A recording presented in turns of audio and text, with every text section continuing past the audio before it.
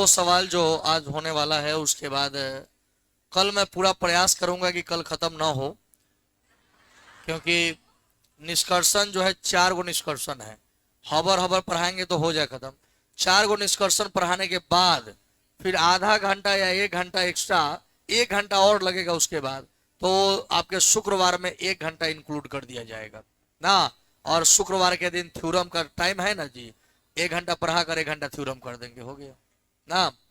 चलिए, और उसके बाद शनिवार को बायोलॉजी ही होगा, रविवार के दिन हिंदी ही होगा, और सोमवार से त्रिकोणमिति का हाइट एंड डिस्टेंस चलने लगेगा ना। त्रिकोणमिति जो चला है ना वो खत्म हो गया है। उसके बाद एगो चैप्टर है हाइट एंड डिस्टेंस, उससे 5 नंबर में एगो क्वेश्चन, एगो एगो 2 नंबरिया में और 2 गो ऑब्जेक्टिव में पूछा जाता है ना। एक कुल मिलाकर 8 9 या 10 नंबर का खाली उससे पूछा जाता है, और उसमें कुल मिलाकर 36 सवाल के आसपास है। चलिए यहाँ बोर्ड पर देखो भाई, अरे लड़का जो बात कर रहे हैं वो ध्यान दे। अगर आपकी निगाहें हम पर पड़ रही तो कोई बात नहीं, लेकिन हमारी निगाहें अगर आप पर पड़ गई तो घबरा जाएगा। बैठने में दिक्कत, उठने में दिक्कत, चलने में दिक्कत, बहुत सारा दिक्कत, बहुत सारा दिक्कत हो जाएगा। रूई पर बैठिएगा, रूई पर, समझे ना, इतना आपको दिक्कत होगा।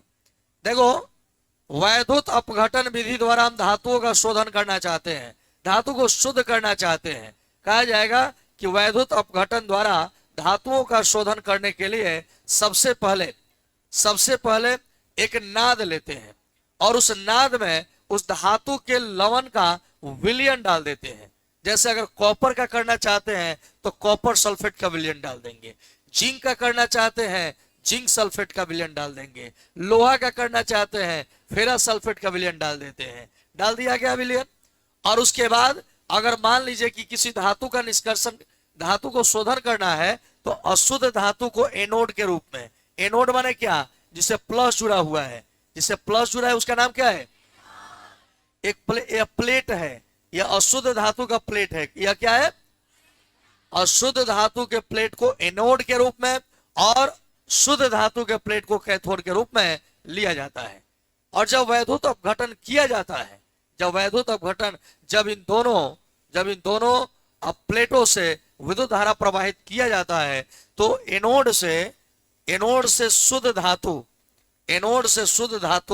निकलकर, अशुद्ध है तो उसमें क्या, शुद्ध जो होगा, शुद्ध धातु निकलकर विलयन में चला जाता है।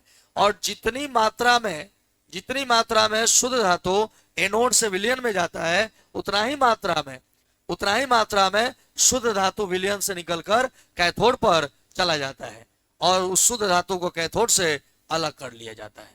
इस तरह से वैद्युत अपघटन द्वारा धातु का शोधन किया जाता है।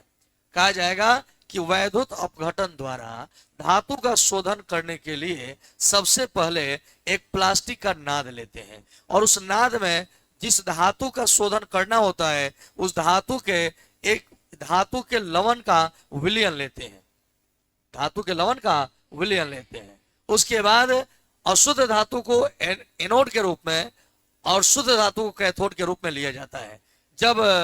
जब विलयन का वैद्युत अपघटन किया जाता है तो एनोड से शुद्ध धातु निकलकर विलयन में चला जाता है। जितनी मात्रा एनोड से शुद्ध धातु की विलयन में जाता है, उतना ही मात्रा विलयन से शुद्ध धातु क्या होता है, माने ये जो एनोड से जो शुद्ध धातु जितना आएगा विलयन में, उतना ही शुद्ध धातु जाएगा किधर, कैथोड पर चला जाता है ना। और साथ में घुलनशील जो अशुद्धियां होती है वह विलयन में घुल जाती है, और जो अघुलनशील अशुद्धियां होती है वह एनोड के नीचे एकत्रित हो जाती है। इसको एनोड मड कहा जाता है। क्या कहते हैं, एनोड मड कहा जाता है। मड माने कीचड़ होता है ना, यहां पर एकत्रित हो जाएगा। कोई दिक्कत है, यही चीज लिख देंगे तो हो जाएगा।